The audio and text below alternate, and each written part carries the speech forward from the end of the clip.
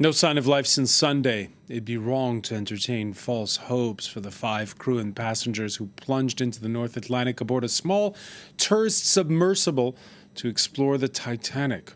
We'll ask about the massive search and rescue effort and see why it would probably be a miracle if those inside the Titan lived to tell the tale. We'll also ask about the fascination with the Titanic, the world's largest cruise ship that went down during its maiden transatlantic crossing in 1912, long before James Cameron's 1997 Hollywood blockbuster.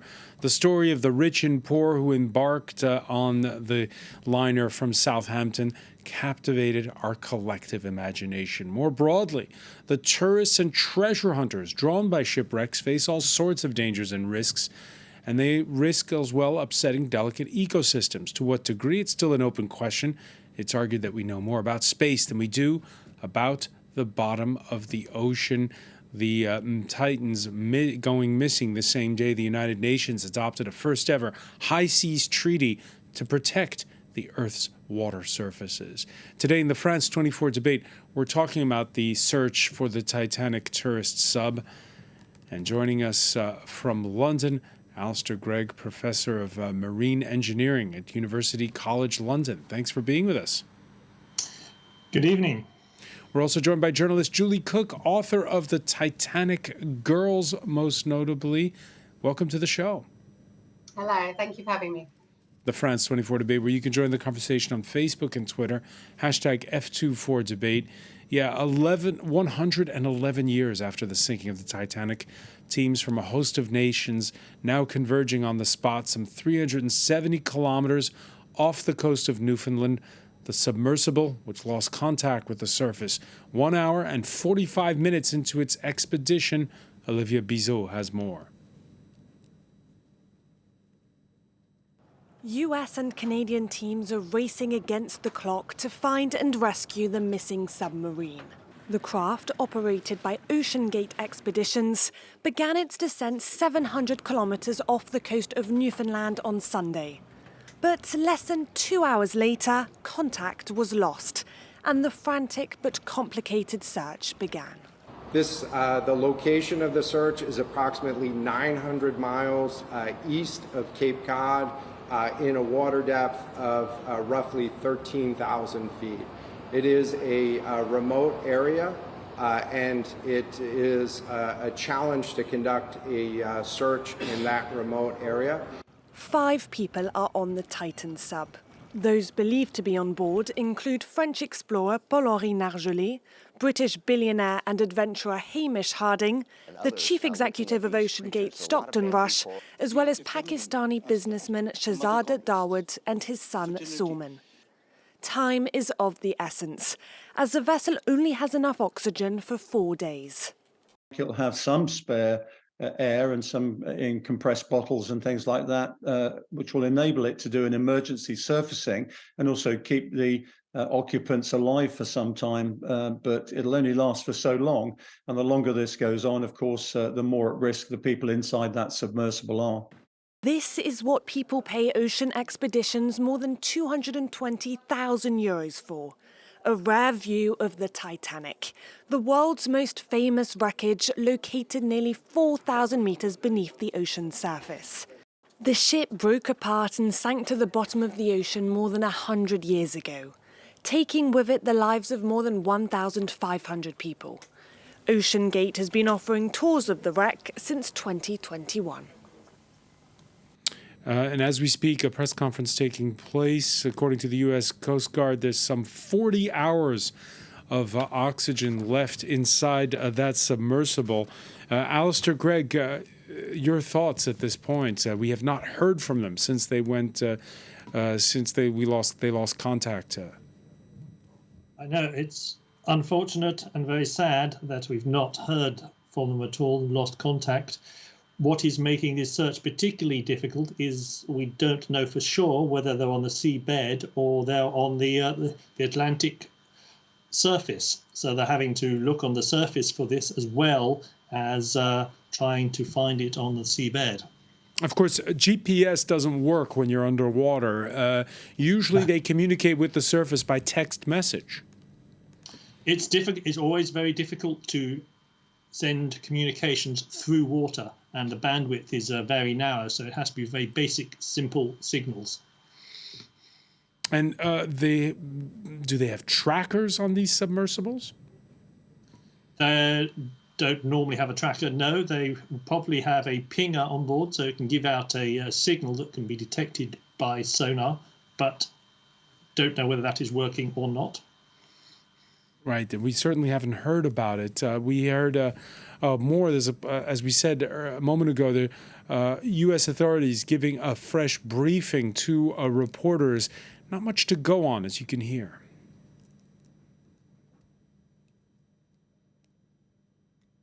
These search efforts have focused on both surface, with C-130 aircraft searching by sight and with radar, and subsurface, with P-3 aircraft who are able to drop and monitor sonar buoys. To date, those search efforts have not yielded any results. This is a very complex search, and the unified team is working around the clock to bring all available assets and expertise to bear as quickly as possible in an effort to solve this very complex problem. Julie Cook, your reaction to this story? Well, first of all, my thoughts, like everybody, are with everyone on board and the crew and their families who must be going through hell right now. Yeah, it's a dreadful tragedy. It's similar to the Titanic in that we just couldn't imagine anything like this would ever happen. OceanGate are absolutely the top of their game. They're renowned in the industry for what they do. I'm an author of Titanic books because my great-grandfather died on the Titanic, so I've always had a fascination.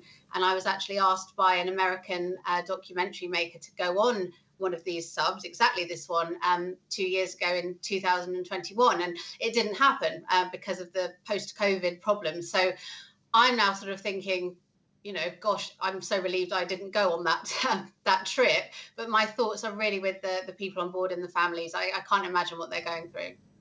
And again, the chances are slim. Alistair, Greg, back in 2000, the first thing that popped into my mind was that ill-fated Russian military submarine near the coast of Norway, the Kursk, but that was only 100 meters deep.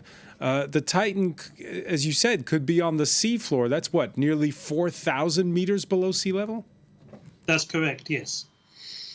And the big difference between the two is that for a sort of military submarine, they have hatches which they can open from the inside, and they're designed so that the rescue vessel can mate onto that hatch and people can exit the submarine into the rescue vessel, and then they can take them safely up to the surface. With the submersible, they cannot get out. So even if they're on the surface, they cannot get out because they are put in and then they're bolted into that submersible. So the only way to rescue them if they're on the seabed is to bring the whole vessel up to the surface and then extract them. Yeah, it's as you heard Julie Cook saying, this is cutting edge technology. It's made of carbon fiber and titanium. And that's a bit of a revolution since up to now, submarines were made of either steel or titanium.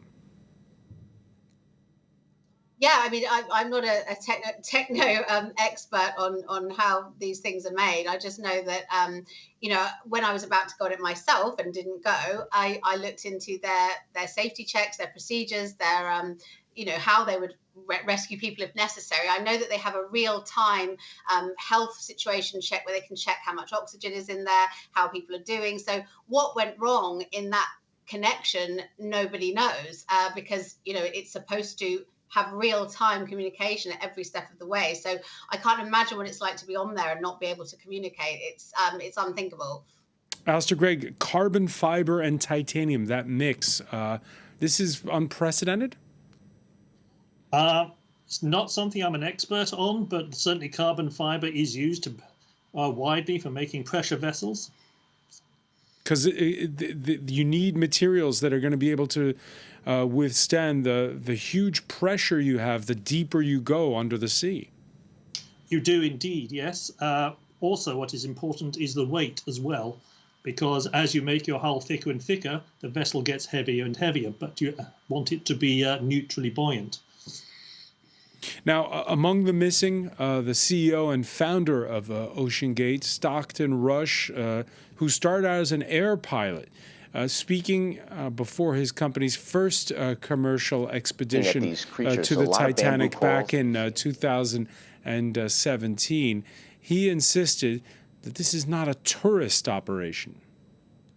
Why we're not a fan of the tourist term is because these are crew members, and we teach them how to operate the sonar, how to operate the communication systems, how to do the photography and run some of those. And then when they're not diving, they're on the surface and they're helping collect the data from before, potentially prepare things like batteries for the next mission, provisions and the like. So, not a fan of the term tourist there, Stockton Rush. Your reaction to that, Alistair Gregg? Well, as an educator, I think it's great that they are getting people involved in the technical aspects of the vessel and the whole process. So it's a mix on board in this particular case, and we're going to go into the profiles of those that are missing. Between Julie Cook, between Stockton Rush, who is the captain of this submersible, and those who are paying passengers and those who are researchers. Yes, indeed. Your thoughts on this? Well, I think I agree with Stockton in his terminology. The word tourist makes it sound perhaps offensive to those who perhaps have had relatives on board. I'm a descendant of a Titanic stoker, so he didn't make it home and his body is down there. And I know many descendants are in sort of two minds and a bit ambivalent about this kind of research and disturbing what is actually really a gravesite. So I understand the word tourist is perhaps important not to be used. I agree that they're giving people the chance to get involved with technology, like our other guest said. They're learning about it, they're helping collect data, and that's wonderful. But I know, having spoken to other descendants like me of people who died, there is that sense of, well, is it really necessary to get so close to what is essentially a resting place for 1,500 dead people? Yeah, among those missing, British businessman Hamish Harding, a billionaire adventurer who holds 3 Guinness World Records, including the longest duration at full ocean depth by a crewed vessel. Also are a father and son from a Pakistani, scions of a Pakistani billionaire family, Shazda and his son Suleiman Dawood. They're among those who are missing aboard. $250,000 is the price tag for going on a trip like this. Of course, it's not for everyone, is it, Alistair Gregg? Certainly not. Certainly, if you're claustrophobic, I would not recommend this trip. But other people are paying similar or even more amounts to go into space. Your thoughts on that, going into space versus going to the bottom of the sea in this case? As a marine engineer, I'd certainly choose for going to the bottom of the sea. In both cases, though, there's a measure of danger. And is that something that you were conscious of before this whole story broke? Well, there's a risk associated with all activities. But going into space or going deep into the ocean, once you're there, you are very much on your own, and you know that help is not immediately at hand. There's a lot of similarities between the two. A lot of similarities between the two. For more, we can go to Kiel now and join Jamie Pringle, reader in forensic geoscience at Kiel University. Thank you for joining us here in the France 24 debate. If you're just tuning in at the beginning of the show, we heard from U.S. authorities an update saying there's some 40 hours of oxygen left. We know that there's search teams coming from everywhere, including from here in France. Jamie Pringle, your thoughts on all these search teams that are heading out to the North Atlantic, to the spot where the Titanic sank in 1912? Yeah, I mean, obviously it's a really tough search, as I'm sure my predecessors have talked about. The water depth is a big challenge. You've got that much pressure, obviously, from that depth. And if it's freely floating, obviously the ocean is not a big bowl of water. There's currents, there's different salinity layers, and the longer you can't find it, the further potentially the sub could be drifting. You might have seen some of those sonar buoys being dropped by aircraft. They sort of try and ping where the sub might be. That would be useful if it's somewhere in the water column. If it's at the bottom of the ocean, obviously that's a lot harder. Visibility is obviously zero. It's quite a small sub, so that's quite difficult to find, and especially if it's in around the Titanic area, there's a massive debris field. And again, which one is the sub and which one is some debris, again, is going to be quite difficult purely on the search pattern. If you look at some of the other searches for other sort of downed vehicles, if you like, so the search for Emiliano Sala, if you remember the footballer from Nantes, from Nantes to Cardiff, when the aircraft went down in the English Channel, although there was tides, it was relatively shallow water, so the actual search was very successful with a sonar. Perhaps a more comparable scenario was that of the Rio-Paris flight that went down in the South Atlantic Ocean. Yeah, no, again, that's tricky, isn't it? Because the ocean floor is not flat.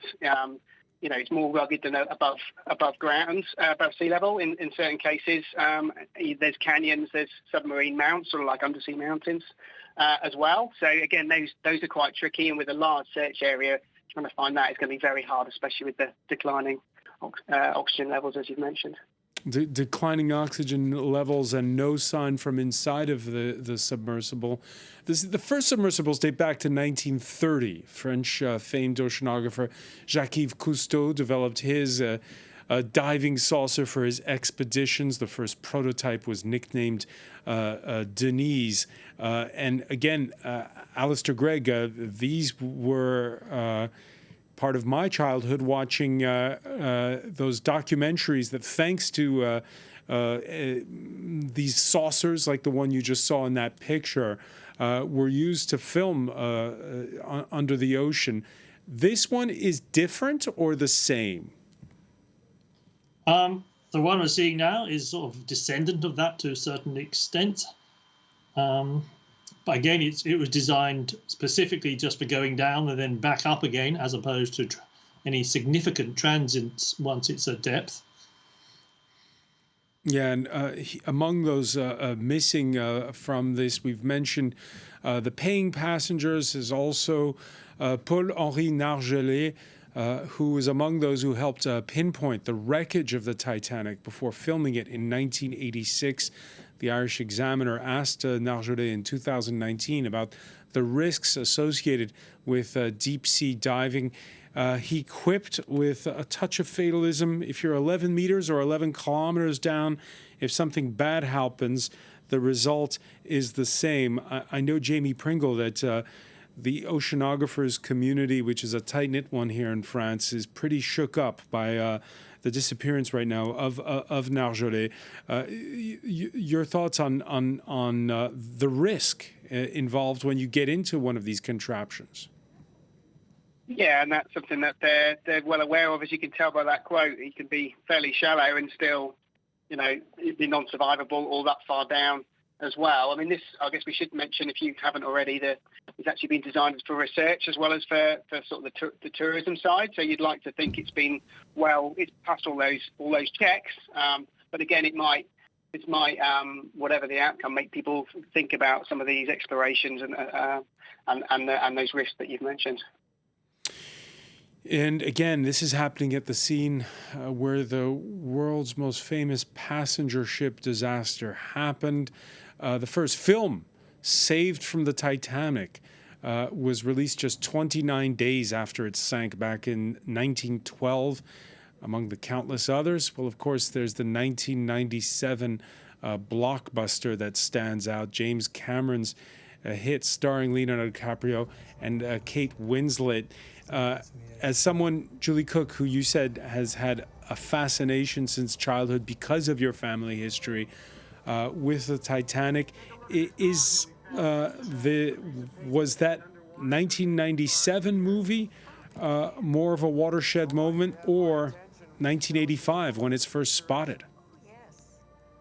Well, for me, I remember the Titanic first being spotted. I was how was I? I was 8 years old, so I remember that. And of course, the big Titanic movie, I had seen A Night to Remember, of course, which was my favourite one of it, and the one I grew up with. My father would sit with me and watch A Night to Remember, the old Waterloo film, and say, "Your great grandfather died on that ship," and tell me the stories about it. So when I saw the James Cameron one, yes, it was very epic, and yes, it was very opulent, and of course, a great sort of disaster movie. But by then I was starting to think, well, where are the representations of the poor? Where are the representations of the stokers and the stewards and the people who worked, who lost their lives? There were 908 crew on the Titanic, and I'm from Southampton. 549 of those crew who died came from Southampton. So it was a huge tragedy for people around the south of England who, there wasn't a street, it was said at the time, that didn't lose somebody. So I think sort of simplifying it into a kind of blockbuster thing for me became a bit difficult. It's still a huge tragedy even today. Yeah, you were saying, sorry? A huge tragedy.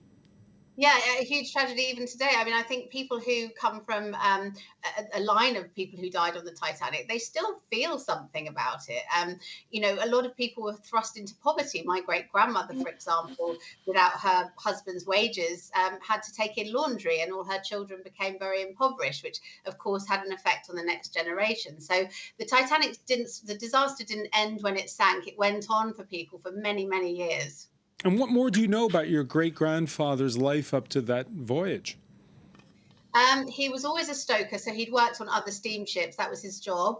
He lived in Southampton by the dock, so he'd come and go on steamships. The Titanic was a real godsend to get a job on at that time, because there had been a coal strike, so people were very poor. There was a lot of unemployment. So to get a job on the Titanic would have been amazing back then. Men had to fight with their fists at the dock to get a half day's work. So to get a job working on this ship was a big thing. So he went away, left behind his wife and children. And the plan, of course, was him to come back with his paycheck. It was a very meager paycheck, but it would have paid their rent and seen them through. So when he disappeared, she never actually found out. His body was never recovered. But of course, it's 100% likely that he died, and his body is still down there, or his bones are still down there. Jamie Pringle, with the sinking of the Titanic in 1912, part of the fascination with the story is that it was billed as this unsinkable ship, and this idea that humanity could somehow tame nature. Yes, and clearly not in this case. It's interesting, actually, if you look at the size of it versus the modern cruise ships, it's actually quite small. It's sort of built up in the film, but it's not actually that large. It had some severe issues. You look at modern icebreakers these days, much more well-made. And that's that was part. At the time, it was good, but that fascination, though, as your colleagues have been saying about it, I think more than anything else, that keeps that going in the public eye, I think. And when it was spotted, there were all these questions over how the site should be managed. Have those been resolved over the years? Partly, I think. For military sunken vessels, it's very much taken as a war grave issue and not to be touched. You've probably seen recently some of those sunken Second World War ships have been legally salvaged in some of the South China Sea. So some of those issues are more problematic. With this one, and I think because of the life lost, they originally didn't touch it, but I think didn't they have a sale a few years ago with some of the materials they got salvaged? They did indeed, and they brought up quite a number of items. Alistair Gregg, your thoughts on the Titanic, which, again, in my childhood was lost and then it was found?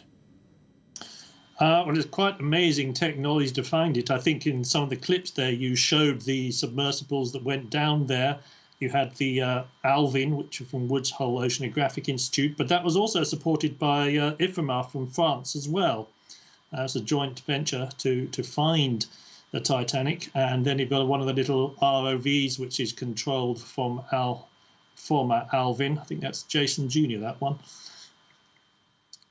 which can get in, because it's much smaller, it can get in much closer to have a look. And it's a vessel like that that if they can get it on site will be needed to rescue the submarine that's stranded potentially at the bottom of the ocean.